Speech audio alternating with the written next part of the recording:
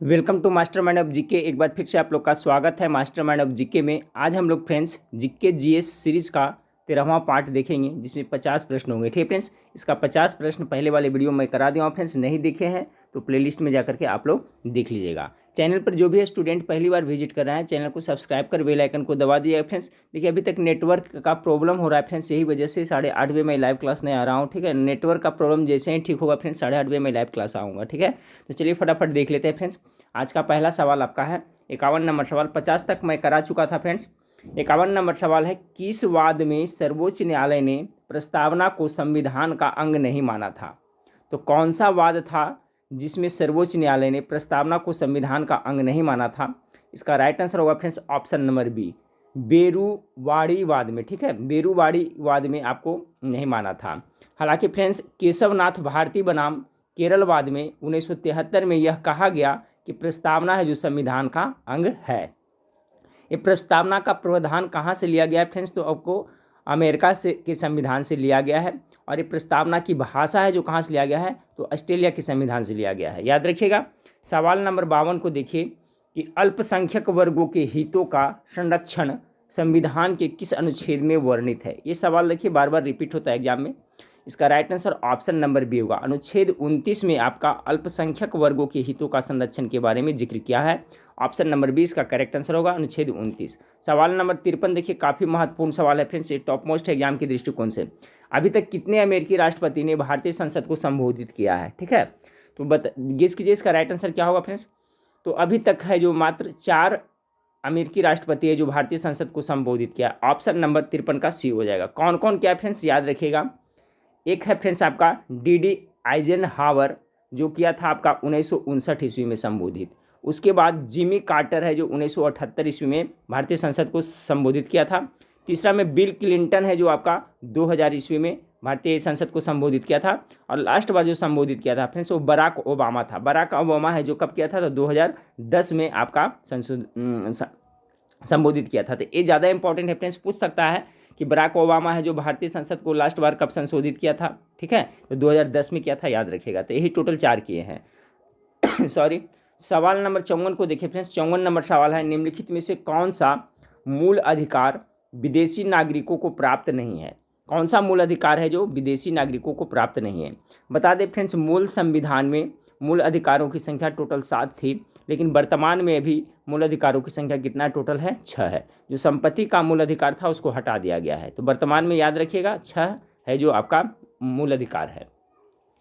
तो कह रहा है कि निम्नलिखित में से कौन सा मूल अधिकार विदेशी नागरिकों को प्राप्त नहीं है? तो 54 नंबर सवाल का राइट आंसर हो जाएगा ऑप्शन नंबर डी, अभिव्यक्ति की स्वतंत्रता का अधिकार है जो आपका विदेशी नागरिकों को प्राप्त नहीं है। बाकी ये सभी है जो उनको प्राप्त है। चलिए सवाल नंबर 55 को देखिए कि केंद्र तथा राज्य के मध्य वित्त का विभाजन निम्न में से किस संस्तुतियों के आधार पर किया जाता है? बहुत अच्छा सवाल है। 55 का राइट आंसर होगा ऑप्शन नंबर बी, वित्त आयोग की संस्तुति पर की जाती है। ठीक है, केंद्र तथा राज्य के मध्य वित्त का विभाजन निम्न में से किस संस्तुतियों के आधार पर किया जाता है? तो correct answer option number B होगा, वित्त आयोग। वित्त आयोग का गठन के बारे में अगर देखा जाए फ्रेंड्स तो अनुच्छेद 280 है, याद रखेगा। अनुच्छेद 280 है जो किससे संबंधित है? तो वित्त आयोग से संबंधित है। यानी अनुच्छेद 280 के अंतर्गत वित्त आयोग का गठन किया गया है, याद रखिएगा अनुच्छेद 280।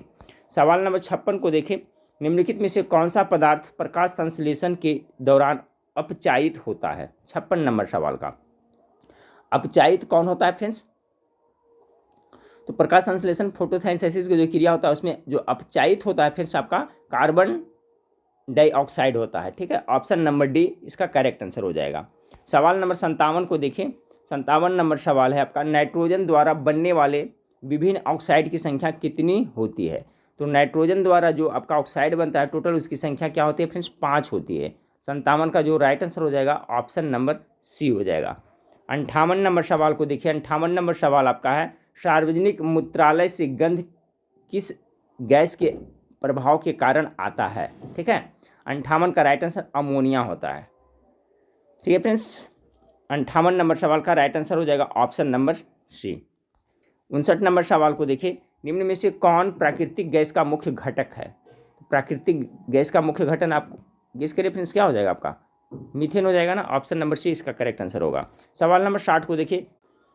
हाँ फ्रेंड्स, तो सवाल नंबर 60 देखें। सवाल नंबर 60 आपका है, गति के नियम को निम्नलिखित में से किसने प्रतिपादित किया था? करेक्ट आंसर क्या होगा, गेस करते चलिएगा। राइट आंसर हो जाएगा ऑप्शन नंबर ए, न्यूटन साहब ने 1687 ईस्वी में न्यूटन के कितने 3 नियमों का प्रतिपादन किया था। न्यूटन साहब ने गति के कितने 3 नियमों का प्रतिपादन किया था। याद रखिए फ्रेंड्स, सवाल इससे पूछा जाता है न्यूटन के किस गति नियम से बल की परिभाषा मिलती है, तो न्यूटन के प्रथम गति नियम से आपका बल की परिभाषा मिलती है, जबकि न्यूटन के द्वितीय गति नियम से, ठीक है, द्वितीय गति नियम से बल का सूत्र या तो बल का व्यंजक प्राप्त होता है। तो ये दोनों भी आप लोग याद रखें। सवाल नंबर 61 को देखें। 61 नंबर सवाल है, निम्नलिखित में से कौन ऊष्मा का इकाई नहीं है? सिंपल है फ्रेंड्स, वाट। वाट है जो किसका है, शक्ति का इकाई है, इसलिए ऑप्शन नंबर डी इसका करेक्ट आंसर होगा। 62 नंबर सवाल को देखिए, ध्वनि तरंगे का नहीं होता है, क्या नहीं होता है, ध्वनि तरंगों का क्या नहीं होता है? 62 का राइट आंसर है फ्रेंड्स आपका ऑप्शन नंबर डी, ये आपका ध्रुवन है जो ध्वनि तरंगे का नहीं होता है। ध्वनि तरंगों का जैसे प्रावर्तन होता है, विवर्तन होता है, व्यक्तीकरण व अपवर्तन होता है, लेकिन ध्वनि तरंगे में ध्रुवन नहीं होता है। और ये ध्वनि तरंगे जो होते हैं इसकी प्रकृति कैसी होती है, तो अनुदैर्घ्य होती है, ठीक है। ध्वनि तरंगे किसमें गमन करती है, सवाल पूछा जाता है, किसमें, अनुदैर्घ्य में गमन करती है। तो याद रखिएगा ध्वनि तरंगों का ध्रुवण नहीं होता है। सवाल नंबर 63 को देखिए फ्रेंड्स, आपका एक सुरंग में 100 वाट क्षमता वाले 5 लगातार बल्ब 20 घंटे तक जलाए जाते हैं, कुल विद्युत लागत कितनी होगी? 63 नंबर सवाल का, तो 63 नंबर सवाल का जो हो जाएगा फ्रेंड्स, टोटल 10 यूनिट खर्च होगी। ऑप्शन नंबर बी इसका करेक्ट आंसर हो जाएगा। चलिए अगला सवाल को देखते हैं। अगला सवाल है, लोहे पर जंग लगने से उसमें भार पर क्या प्रभाव पड़ेगा? बहुत ही पुराना सवाल है फ्रेंड्स। लोहे में जब जंग लगता है, ठीक है, तो क्या होता है, उसका भार है जो बढ़ जाता है। ऑप्शन नंबर 20 का करेक्ट आंसर होगा। सवाल नंबर 65 को देखिए, कोशिका में सर्वाधिक पाए जाने वाले पदार्थ कौन सा है? कोशिका, ठीक है, सेल। कोशिका का अध्ययन किसके अंतर्गत किया जाता है फ्रेंड्स? आप लोग को पता है तो कमेंट करके इसका हमें जवाब दीजिएगा। बहुत बार मैं बता चुका हूँ, कोशिका का अध्ययन किसके अंतर्गत किया जाता है, ये सवाल आपको बताना है, ठीक है।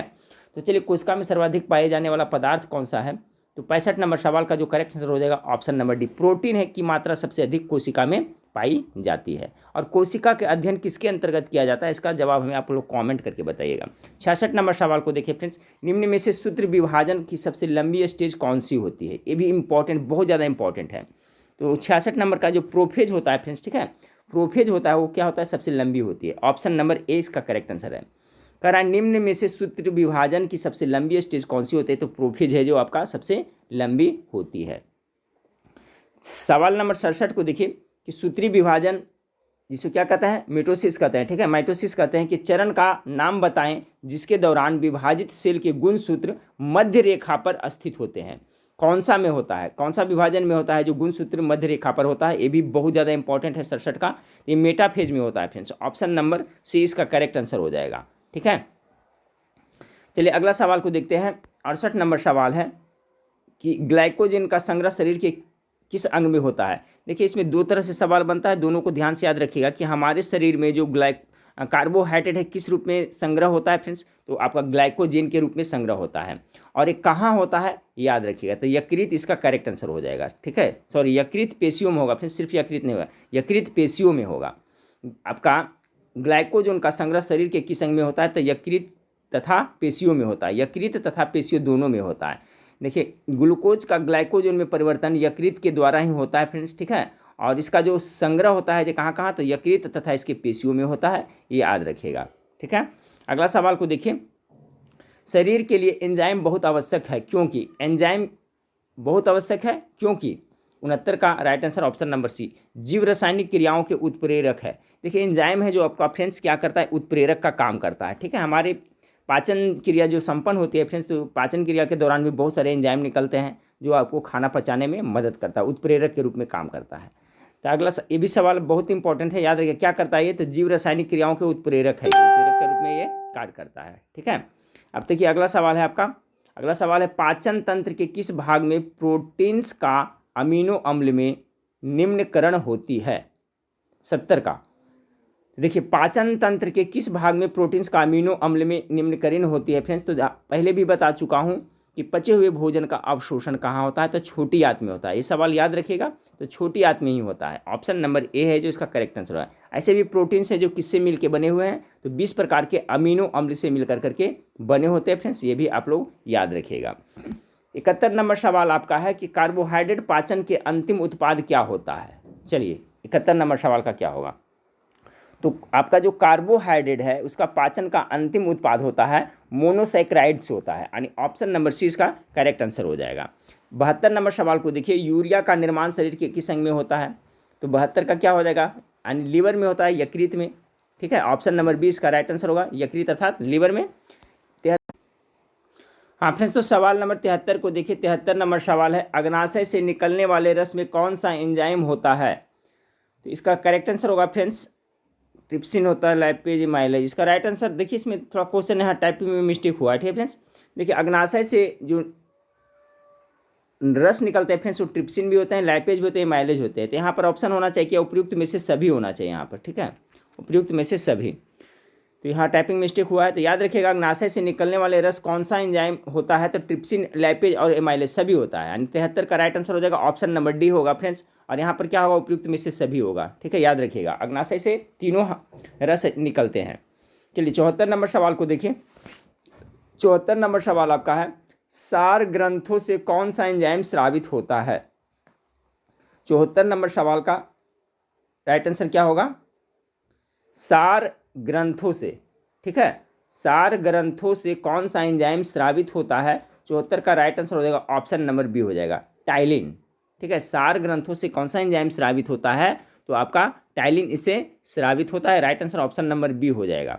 चलिए सवाल नंबर 75 को देखिए। 75 नंबर सवाल है, विद्युत मंत्रालय। अब यहाँ से देखिए आपका करंट अफेयर्स के क्वेश्चन है फ्रेंड्स, ये भी आपको देखना बहुत जरूरी है, क्योंकि बिहार पुलिस फायरमैन में आपको समसामयिक करंट अफेयर से भी प्रश्न पूछे जाएंगे। तो विद्युत मंत्रालय के प्रेस विज्ञप्ति के अनुसार भारत ने 2030 तक कितने गीगावाट तक अक्षय ऊर्जा क्षमता उत्पादन करने का लक्ष्य रखा है। 75 नंबर सवाल का right answer option number D होगा, 450 गीगावाट का। ठीक है, चलिए सवाल नंबर आपका 76 को देखिए।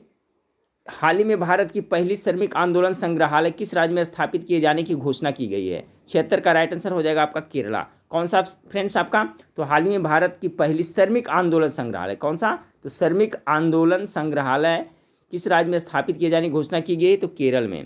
सवाल नंबर 77 को देखिए। 77 नंबर सवाल आपका है कि लौह अयस्क नीति 2021 की घोषणा किस मंत्रालय ने की है, तो रेलवे मंत्रालय ने की है। ऑप्शन नंबर डी इसका राइट आंसर हो जाएगा, लौह अयस्क नीति 2021 की घोषणा रेलवे मंत्रालय ने की है। 78 नंबर सवाल को देखें। अक्टूबर 2020 को जल शक्ति मंत्रालय द्वारा जारी प्रेस विज्ञप्ति के अनुसार हाल ही में कौन सा राज्य प्रत्येक ग्रामीण घर में नल कनेक्शन उपलब्ध कराने वाला देश का पहला हर घर जल राज्य बन गया है।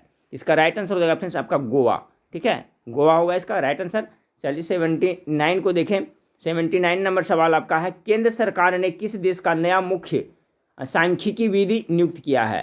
79 का राइट आंसर हो जाएगा ऑप्शन नंबर डी हो जाएगा, डॉक्टर जीपी सामंत को केंद्र सरकार ने किसी देश का नया मुख्य सांख्यिकी विधि नियुक्त किया है, तो डॉक्टर जेपी सामंत को नियुक्त किया है। 80 नंबर सवाल को देखें। अंग्रेजी भाषा के लिए साहित्य अकादमी पुरस्कार 2020 से किसे सम्मानित किया गया है, तो अंग्रेजी भाषा के लिए साहित्य अकादमी पुरस्कार 2020 किसे दिया गया है। 80 नंबर सवाल का हो जाएगा आपका option number B, Arundhati Subramaniam को। सवाल नंबर 81 को देखिए फ्रेंड्स। 81 नंबर सवाल है, जनवरी 2021 में किस राज्य सरकार ने किसान कल्याण मिशन शुरू किया है। बहुत अच्छा सवाल है, 2021 में किसान कल्याण मिशन किसने शुरुआत किया है, आपका यूपी यानी उत्तर प्रदेश किया। ऑप्शन नंबर सी इसका करेक्ट आंसर होगा। 82 नंबर सवाल को देखें। पुस्तक द खालिस्तान कॉन्स्पिरेसी, ठीक है, द खालिस्तान कॉन्स्पिरेसी के लेखक कौन है। 82 का करेक्ट आंसर रहेगा आपका ऑप्शन नंबर ए, जेबीएस सिद्धू ने लिखा है। सवाल नंबर 83 देखिए। संयुक्त राष्ट्र निर्वहनीय विकास समाधान नेटवर्क द्वारा जारी विश्व प्रसन्नता रिपोर्ट 2021 में भारत का स्थान क्या रहा है। कह रहा है फ्रेंड्स कि संयुक्त राष्ट्र निर्वहनीय विकास समाधान नेटवर्क द्वारा जारी विश्व प्रसन्नता रिपोर्ट 2021 में भारत का स्थान कौन सा रहा है, तो 83 का करेक्ट आंसर 139वां रहा है। ठीक है, यानी आपका ऑप्शन नंबर कितना, सी इसका करेक्ट आंसर होगा। सवाल नंबर 84 को देखिए। हाल ही में हाल ही में विश्व के सबसे ऊंचे पर्वत माउंट एवरेस्ट के शिखर पर ऑक्सीजन सिलेंडर के बिना चढ़ने वाले नेपाल के प्रसिद्ध पर्वतारोही अंगरीता शेरप्पा का निधन हो गया। उन्होंने बिना ऑक्सीजन सिलेंडर के कितनी बार इस पर्वत के शिखर पर चढ़ाई की है? तो देखिए अच्छा सवाल है फ्रेंड्स, याद रखिएगा। ये जो अंगरीता शेरप्पा है वो बिना ऑक्सीजन के चढ़ी है माउंट एवरेस्ट पे, तो कितनी बार ये चढ़ी है? 84 का जो राइट आंसर होगा फ्रेंड्स ऑप्शन नंबर सी, 10 बार चढ़ चुकी है। ठीक है, जिनका हाल ही में निधन हो गया है। ये क्वेश्चन पूछा जा सकता है, याद रखिए फ्रेंड्स। अंगरीता शेरप्पा जो किससे संबंधित है? तो एक पर्वतरोही थे और बिना ऑक्सीजन के माउंट एवरेस्ट पे 10 बार चढ़ चुकी है। 85 नंबर सवाल को देखिए फ्रेंड्स। 85 नंबर सवाल, हाल ही में एशिया के सबसे बड़ा कैटल पार्क का उद्घाटन किस राज्य में किया गया है? कैटल पार्क का उद्घाटन 85 नंबर सवाल का तमिलनाडु करेक्ट आंसर होगा option number D. Cattle park का उद्घाटन हाल ही में एशिया का सबसे बड़ा तमिलनाडु में किया गया है। 86 नंबर सवाल को देखिए। ऑस्ट्रेलियन ओपन 2021 पुरुष एकल खिताब किसने जीता? ऑस्ट्रेलियन ओपन का, ठीक है, पुरुष में पूछा जा रहा है फ्रेंड्स, तो 86 का राइट आंसर हो जाएगा ऑप्शन नंबर बी, नोवाका जोकोविच ने जीता है। 87 नंबर सवाल को देखिए। किस फिल्म को 14वीं एशियाई फिल्म पुरस्कार में सर्वश्रेष्ठ फिल्म का पुरस्कार प्रदान किया गया है? 87 का होगा पैरासाइट का, ऑप्शन नंबर एक करेक्ट आंसर हो जाएगा। 88 नंबर सवाल को देखिए फ्रेंड्स कि निम्नलिखित में से किस राज्य सरकार द्वारा धरनी पोर्टल का शुभारंभ किया गया है? चलिए, धरनी पोर्टल किसने शुभारंभ किया है? 88 का हो जाएगा तेलंगाना, ऑप्शन नंबर ए इसका करेक्ट आंसर हो जाएगा। चलिए, सवाल नंबर 89 को देखिए फ्रेंड्स कि देश का पहला कोरोना मुक्त घोषित होने वाला केंद्र शासित प्रदेश कौन सा है? 89 का अंडमान निकोबार द्वीप समूह, ऑप्शन नंबर 20 का करेक्ट आंसर हो जाएगा। 90 नंबर सवाल को देखें। हाल ही में किसने तेलंगाना उच्च न्यायालय की पहली महिला मुख्य न्यायाधीश के रूप में शपथ ग्रहण किया है? चलिए, अच्छा सवाल है फ्रेंड्स कि हाल ही में किसने तेलंगाना उच्च न्यायालय की पहली महिला मुख्य न्यायाधीश बनी है? कौन बनी है जो शपथ ग्रहण की है? 90 नंबर सवाल का न्यायमूर्ति हिमा कोहली, न्यायमूर्ति हिमा कोहली करेक्ट आंसर होगा ऑप्शन नंबर सी।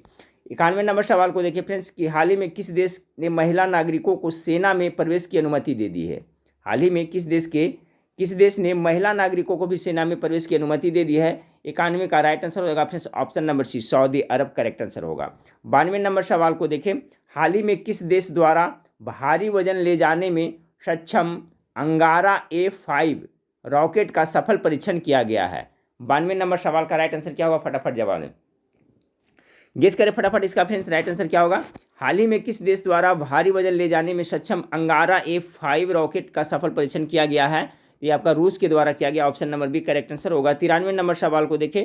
किन देशों की नौसेनाओं के मध्य संयुक्त द्विपक्षीय समुद्रीय अभ्यास सिम्बेक्स 2020 का आयोजन किया गया है? तो सिम्बेक्स 2020 का आयोजन आपको किसके द्वारा किया गया है? तो आपको 93 नंबर सवाल का जो करेक्ट आंसर हो जाएगा ऑप्शन नंबर सी, भारत और सिंगापुर के बीच में किया गया है। 94 नंबर सवाल को देखिए फ्रेंड्स। मिशन भागीरथ के ब्रांड नाम से पैकेज्ड पेयजल किस राज्य द्वारा लॉन्च किया गया है? मिशन भागीरथ के नाम से। तो 94 नंबर सवाल का राइट तेलंगाना हो जाएगा। ठीक है, याद रखिएगा मिशन भागीरथ के ब्रांड नाम से पैकेज्ड पेयजल किस राज्य द्वारा लॉन्च किया गया? तो तेलंगाना इसका राइट आंसर होगा। 95 नंबर सवाल को देखिए। किस देश ने पहली एशियाई ऑनलाइन शूटिंग चैंपियनशिप की पदक तालिकाओं में शीर्ष स्थान प्राप्त किया है? 95 का राइट आंसर आपका भारत हो जाएगा। 96 नंबर सवाल को देखिए फ्रेंड्स कि 31वें व्यास सम्मान से किसे सम्मानित किया गया है? 31वें व्यास सम्मान, अच्छा सवाल है फ्रेंड्स। 96 नंबर सवाल का राइट आंसर हो जाएगा ऑप्शन नंबर सी, प्रोफेसर शरद पगारे को, ठीक है, किया गया है। 31वें व्यास सम्मान से किसे सम्मानित किया गया है? तो प्रोफेसर शरद पगारे को क्या किया गया है? 96 का सी। 97 नंबर सवाल को देखिए फ्रेंड्स कि अंतर्राष्ट्रीय वन्य दिवस 2021 का विषय क्या है? 97 का राइट आंसर क्या होगा फ्रेंड्स? सबसे पहले ये जानते हैं आपका प्रतिवर्ष अंतर्राष्ट्रीय वन दिवस कब मनाया जाता है फ्रेंड्स? तो अंतर्राष्ट्रीय वन दिवस आपको 21 मार्च को मनाया जाता है, ये याद रखिएगा, ये बहुत इंपॉर्टेंट है। 21 मार्च को प्रत्येक वर्ष आपका अंतर्राष्ट्रीय वन दिवस मनाया जाता है। कितना? 21 मार्च को। तो 2021 का इसका विषय क्या था ये पूछ रहा है। 97 का राइट आंसर होगा option number A, forest restoration path to recovery and well being, इसका हो जाएगा थीम। 98 नंबर सवाल को देखिए। भारत की पहली चेस अकादमी किस राज्य में स्थापित किए जाने की घोषणा? ये बहुत ज़्यादा इंपॉर्टेंट सवाल है। चेस अकादमी कहाँ खुल रहा है फ्रेंड्स भारत में पहली बार? तो 98 का जो राइट आंसर हो जाएगा ऑप्शन नंबर सी, ओडिशा में। चलिए अगला सवाल 99 नंबर सवाल को देखिए। हाल ही में स्लोवाकिया कि नए प्रधानमंत्री के रूप में किसे नियुक्त किया गया है? 99 का राइट आंसर हो जाएगा एडवर्ड हेगर को। ऑप्शन नंबर 1 करेक्ट आंसर होगा। इस वीडियो का लास्ट सवाल को देखते हैं फ्रेंड्स। बजट 2021 की घोषणा के अनुसार कोविड वैक्सीन के लिए कितनी धनराशि आवंटित की गई है? बहुत अच्छा सवाल। इसका राइट आंसर होगा 35,000 करोड़। तो इसमें टोटल 50 प्रश्न थे फ्रेंड्स, ठीक है। और अभी लाइव क्लास नहीं आ रहा हूँ, उसका रीज़न भी बताया फ्रेंड्स कि नेटवर्क का प्रॉब्लम चल रहा है। और आप लोग फ्रेंड्स अब वेबसाइट पे जाके प्रत्येक दिन आप लोग रिपीटेशन जरूर करें। रिपीट करने से आपको काफ़ी फ़ायदा होने वाला है। सभी को मैं बार बार कहता हूँ फ्रेंड्स। और वेबसाइट को नाम भी पता है आप लोग का, उसका लिंक भी इस वीडियो के नीचे डिस्क्रिप्शन में दिया हुआ है। तो गूगल में जाइएगा फ्रेंड्स, तो जीके मास्टरमाइंड जब आप सर्च करिएगा तो आपका जीके मास्टरमाइंड आएगा, उस पर क्लिक करिएगा फ्रेंड्स, तो आपका होम पेज खुल जाएगा, ठीक है। तो वेबसाइट पे आप लोग प्रत्येक दिन खाली समय में पढ़ाई जरूर करें। तो नेक्स्ट वीडियो में फिर मिलते हैं। देखने के लिए थैंक यू, धन्यवाद।